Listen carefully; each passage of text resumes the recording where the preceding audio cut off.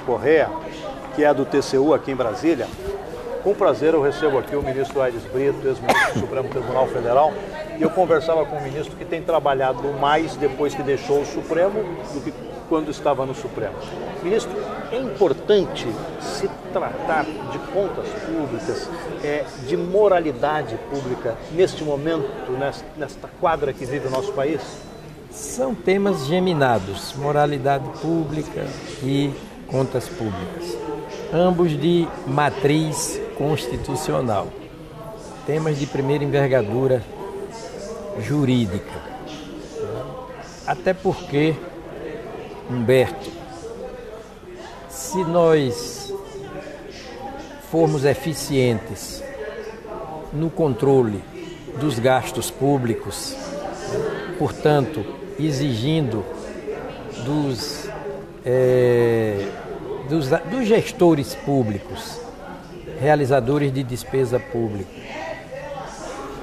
se exigirmos contas bem prestadas, com fidedignidade, obediência à Constituição e às leis, vai sobrar dinheiro para o Estado brasileiro cumprir seus deveres, prestar os serviços públicos essenciais, atuar competentemente nas áreas igualmente essenciais da educação, da saúde, da segurança pública, do transporte coletivo, habitação e por aí vai.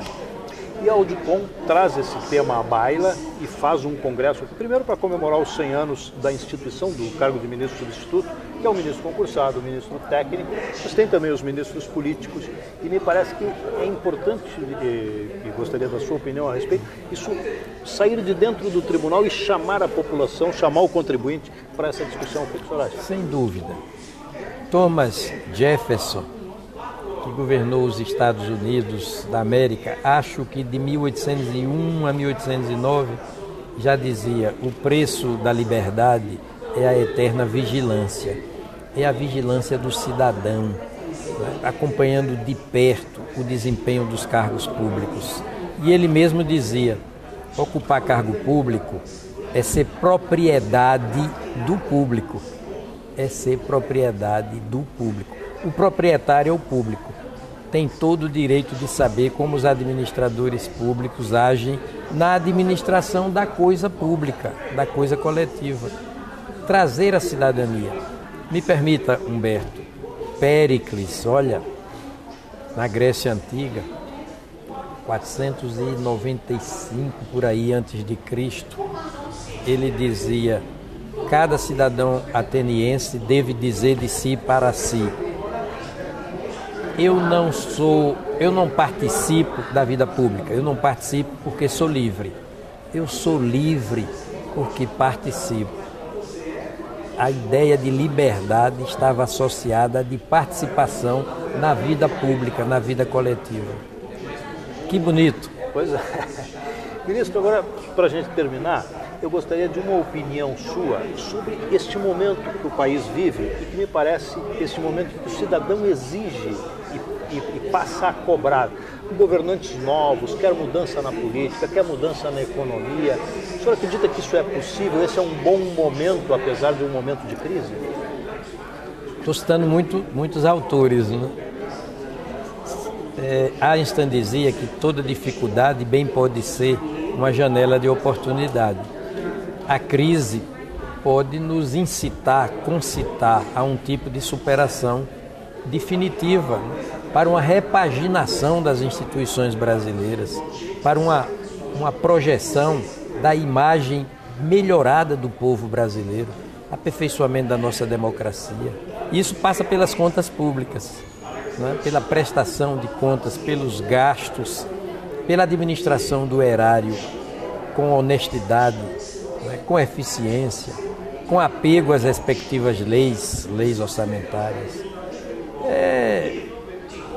Digamos, democracia não vence por nocaute, mas vence por acúmulo de pontos.